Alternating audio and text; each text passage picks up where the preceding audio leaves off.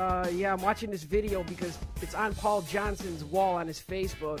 It's between the Washington Nationals and the Florida Marlins Major League Baseball action. Wow, that pitch, I'm watching it right now. That pitch was a little bit too far off to the left there. It was literally behind the batter, and... Yeah, so they threw one behind his back last night, and the young man did not take kindly to it. Wow, talk about... It was a good brawl, wasn't it? Definitely a good brawl, but I will say that whatever happened to sportsmanship anymore? Why can't people be nice in sports? No, that's old school baseball, man. You're going to take out my catcher. He didn't slide. He tackled the guy, and it was it was completely inappropriate. So the next day you throw behind him. If he decides he wants to come and run after it, that's his problem. But I don't have a problem with what the Marlins did. They didn't hit him. They didn't aim for his head. I mean, it could have been a lot worse, but boy, he sprinted out there in a hurry, and I just love the first baseman come flying in with the clothesline, WWE style. Gabby Sanchez just obliterates the guy, and he didn't even get ejected, the first baseman. You know what? That's kind of like reminds me of when they do a tag team match, and then one guy tags in the other guy, and then they're still holding that one guy there while the other guy takes his time jumping over the rope. And I mean, look, Nigel Morgan is giving up about 5-6 inches of height to Chris Volstad, the pitcher, and he took it right to him. I mean, he went right at him, but the best part was him coming off the field taunting the fans. I mean, can you imagine if that would have happened in Philly? The guy would have gotten killed. All right. He's lucky it was in Miami where there's like 200 people there. Jeez. Yeah. Why don't things? That's a good video, though. We need good fights like this in Wrigley Field. I mean, everybody should be pissed off in that place with the way things are going. Yeah. And well, I think they're showing they're pissed off by not showing up. Have you noticed the crowds this week? A lot of green seats on TV, buddy. I'll tell you a good one. Well, my buddy DeLong wrote on his Facebook that he's a Cubs fan, but he got sent 2 T-shirts and 2 tickets to a White Sox game from Illinois or Iraq and Afghanistan Veterans of America. That's what it was. And, it's kind of funny because whenever we get free tickets from these organizations, they're usually nosebleeds, cheap seats. And I must say to DeLong, the only thing there is that the companies are cheap and they don't want to donate. And now is the time because they suck. Nobody wants to show up. So, yeah, this is probably why you ended up getting Sox stuff. So, yeah. Oh, yeah, no, definitely. But the last 3 days have been the lowest attendance in about 2-3 years at Wrigley Field, announced attendance. And from the people I talked to that were actually there, I mean, they said Monday night there couldn't have been more than 10,000 people there. Wow. That's horrible. And the announced crowd was only 29. They usually are getting 40. So, yeah, no, for all the people that sit here and say, complain, Cub fans trouble, blah, blah, blah, blah, Cub fans this, you know what? When they suck, we're not showing up anymore. The last month that Dusty Baker was there, nobody went to those damn games. So I don't want to hear that crap. I mean, the generalization of what Cubs fans and what Sox fans are is so out of control. It's just ridiculous. Every Sox fan, some trailer dwelling, meth head tweaker or something that's going to go out and beat up an umpire, and every Cubs fan is just some, yuppie moron that doesn't know anything about baseball. The stereotypes of both these teams, they need to stop. It's just so childish and stupid. None of them are true. You know what? You got to recall, though, that I did write that I hope the Cubs lose 100 games, and then you should go join the dark side with me and root for the Brewers because I like the Brewers. I don't know, but why do you like a team that's not going to spend any money on their squad and is never going to make the playoffs? Why do you like that? Because I'm a hater. They their best player in the offseason. Because I'm the biggest hater on Twitter. That's why. Well, if you're going to be a hater, then you should be a fan of someone like the Yankees that everybody hates. Being a fan of the Brewers, that doesn't hurt anybody. Well, see, I don't know what you're hating on. I guess it's my disgust towards Chicago and Chicago organizations. Besides the Bulls, I will always be a Bulls fan. I'm always going to be loyal to them. That's the way that it is. All right. Yeah, you got my word on that. You got my word on that. Yeah. Well, yeah. So listen. Another thing happening. Of course, here in this great city, the city of Chicago, is, we have a goalie, but we don't have our starting goalie playing for the Blackhawks anymore. Well, we knew that was coming. I mean, when Anthony Niemi's agent was a complete idiot and overvalued what he thought his client was worth, and forced the Blackhawks not to match the offer. We knew he was going to go somewhere else, and he was trying to squeeze 2 years at like $2.75 million per out of the Blackhawks, who couldn't afford it, and they knew that, so they let him go, and they signed Marty Turco. He had his introductory press conference the other day. They got him 1 year, 1.5, no problem, and didn't have to get rid of anybody in the process to fit him under the salary cap. And Anthony Niemi's agent, cost his client quite a bit of money. If he would have known the value of his guy, the Blackhawks could still have him. It was his agent that screwed this up. I mean, even if he signed a 1 year, $2 million deal with San Jose. Okay, he was looking for a 2 year, $5.5, $6 million deal here. Well, sorry, your agent screwed it up, because you're not going to get that money. You're getting $2 million to go to San Jose and compete for the job. He'll probably be the starter. But I don't think the Blackhawks are any worse off having Turco here. I just feel bad for the kid, because his agent completely led him down the wrong path, and this is where he's stuck with now. He's lucky he found a job in the NHL that was going to pay him decent money, because by the time that the arbitration thing was over with, most teams already had their team set. So he's lucky he found a spot that would give him $2 million for 1 year. All I can say to that is that he can have a super agent like Nick Ritchie does, Ari Golden. That's what he needed there, and the deal would have been done. We would have still had him, and everybody would have been happy. Well, if you think about it, he's getting 1 year for $2 million, right? So if he would have if his agent would have gone to the Blackhawks and said, "Look, we'll take what Turco's getting. Turco's getting $1.5 million for 1 year."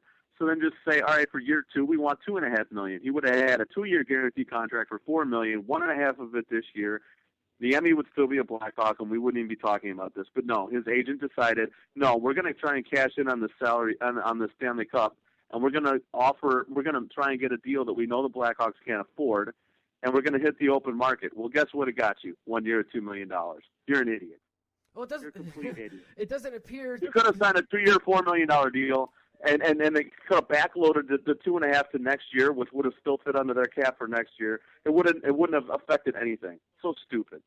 So he leveraged his client out of a Stanley Cup situation. Good for you, buddy. Well, hopefully we'll see you in the playoffs. Well, I feel bad for the kid. I feel bad for the kid. I think his agent is the one that's at fault here.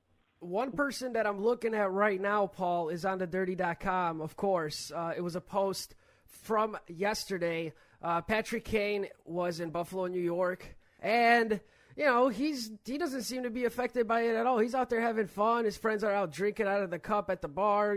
Buffalo, sweet home, sweet home. Well, he owns that town now, so yeah, he'll go do whatever the hell he wants. I don't see why anybody's got a problem with the way Patrick Kane's living his life. I mean, look, yeah, he got in an altercation with a cab driver with his cousin, but okay, other than that, I mean, the guy's over 21.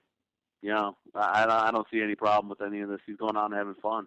He's enjoying himself. I literally don't see any problem with what he's doing. I mean, when he starts committing crimes, then we've got an issue and he's got to slow it down. But until then, so he's out screwing the girls and drinking the booze. Good for him, man. Have fun, cash in.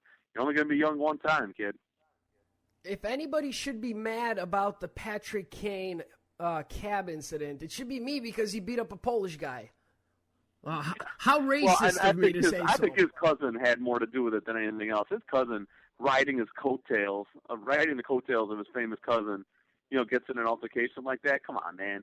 I don't buy that it was Patrick at all that started that thing. I bet you it was his little cousin feeling entitled, thinking, oh yeah, well, I'm with Patrick Kane, I can do whatever I want. Look what happened, But this is just so funny, because he's only 21 years old. It's just good for him. It's just so funny to me, and it's this guy was probably a champ when it was when it came to drinking in high school. Yeah, so what? Oh, you're gonna make it seem like nobody drinks in high school now? Are you kidding me? What's wrong with drinking in high school? Everybody does it. I actually didn't drink in high school, to be completely honest with you. But I mean, to act like it doesn't happen is completely insane. Well, you know what, Johnson? I didn't drink in high school either. Really? Yeah. No, I'm just kidding. I don't believe you. No. Why don't I believe you?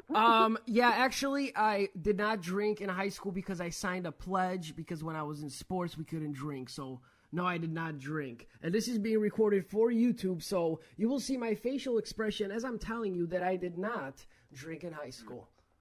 All right. Can't wait to see it. Anyways, all right. So, yeah, anyways, on the dirty.com, Nick Ritchie gave his take, of course, on Roger Clemens and the indictment. We talked about that 2 weeks ago when it broke, and it says that he could face up to 30 years. And Nick Ritchie is saying that he will pay $2 million and call it a day. Congress doesn't have the balls to put him in jail, which is a prime example of why we need Brock Landers in office. That's what I'm talking about right there. Brock Landers. God. Oh, yeah. No, I mean, Clemens isn't going to end up in jail. I mean, let's face facts. I mean, he's going to pay a huge fine. That's going to be about it. But, I mean, the only news that broke this week is that he pled not guilty, which, of course, we know he's full of shit. So good luck completing not guilty with that. But I just don't see how they're going to put him in jail. I just don't see it. Unless they really want to make an example out of him. He's not going to jail. Somebody of that importance, such as Roger Clemens, I think he's probably going to get like a Blagojevich type of, I mean, unless they really feel like making an example out of him is going to make some sort of difference. I mean, they could, but I highly doubt it. Yeah. Let's make an example out of Sammy Sosa, everybody. I think he's doing a good enough job with his own poor bad PR campaign. I don't think he needs any help to make himself look any worse because he just looks like an idiot every time he opens his mouth. So, I bet you Sammy Sosa is one of the most pissed off people right now because Frank Thomas did get his jersey officially retired this past Sunday, and he's probably sitting at home saying, well, why? And how come number 21 is not going to be retired at Wrigley Field? I mean... Well, he already has said it. It's in the Chicago Magazine article that's coming out. He torched the Cubs. And you know what? Until he actually comes to them, I don't see what the Cubs owe him at all. He walked out on the Cubs, his last day in 2004 or whatever, 2004, 2005, whatever year, I think it was 04. Walked out during the last game and abandoned the team. So, and they forced them, to basically get rid of him. And he's going to sit here and say that they somehow owe him something. He's been linked to everything. He's been linked to all kinds of steroids. He got caught cheating with a cork bat, and he left the stadium during the last game of the season early and before saying anything or sticking around like a professional. And he thinks that the Cubs owe him everything. I don't recall Frank Thomas doing any of those things. So that's the major difference there. And now Sammy just continues to go out when he does do interviews and torch the Cubs. Well, he's not helping his cause any. There's a new owner here now. He doesn't give a crap what happened in the past. Until you come back and maybe express some remorse for what you did and maybe get the steroid thing behind you completely, I don't see why the Cubs owe him jack. Hey, well, I'm not blaming Sammy Sosa for anything because it was probably at that time of his life when things were a little bit, edgy. So I'll blame the roid rage. Paul Johnson, stay right here. We're going to take a break.